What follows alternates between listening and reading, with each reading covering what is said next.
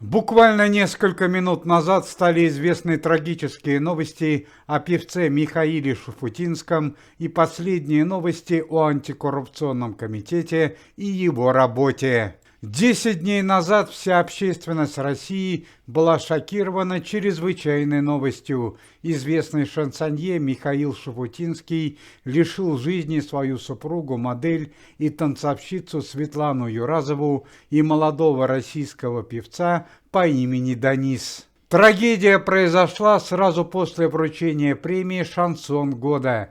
Михаил Захарович в одной из гримерок концертного зала застал момент измены влюбленной пары и не смог сдержать свои эмоции. 75-летний артист воспользовался огнестрельным оружием, которое взял у своего охранника. Сначала он лишил жизни свою 35-летнюю супругу, а потом тяжело ранил российского певца по имени Данис, который впоследствии через несколько дней также скончался. Трагизм ситуации заключается в том, что 29-летний певец по имени Данис являлся представителем одной из самых известных музыкальных семей России. Он неоднократно участвовал в конкурсе «Песня года» и «Золотой граммофон», записал несколько музыкальных альбомов и готовился к выступлению на международном конкурсе.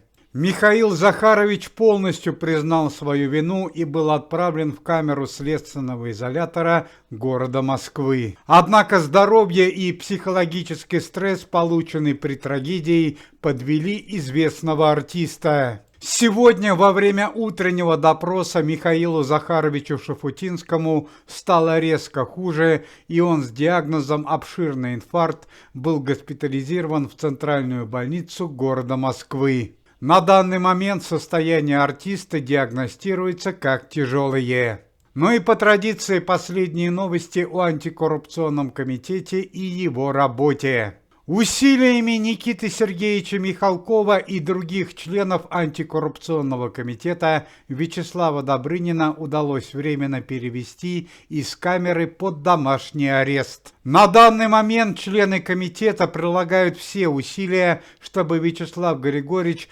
получил условное наказание, а не реальный срок. К слову сказать, что Вячеслав Григорьевич Добрынин и его друзья-спортсмены, борцы из спортивного клуба «Луч», обвиняются в смерти двух мажоров, сыновей высокопоставленных чиновников, которые издевались над внучкой Вячеслава Добрынина, молодой балериной Екатериной, которая несколько дней назад ушла из жизни. Пресс-служба антикоррупционного комитета сообщает печальную новость из мира шоу-бизнеса и культуры. Состояние сына известного юмориста Евгения Петросяна резко ухудшилось.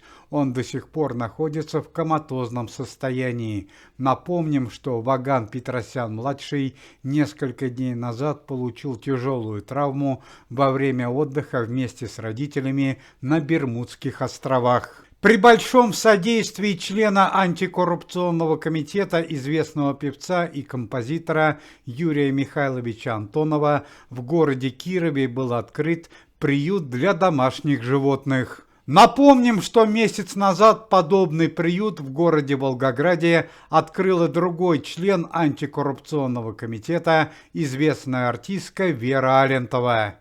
Команда Никиты Михалкова готовится к очередной поездке по городам Российской Федерации с целью открытия филиалов антикоррупционного комитета. На этот раз организация по борьбе с преступностью и коррупцией посетит города на Дальнем Востоке, Сибири, Северном и Южном Урале. Уважаемые зрители, если вы желаете выздоровления членам комитета и поддерживаете их деятельность, то можете поставить лайк под видео и написать поддерживающий комментарий.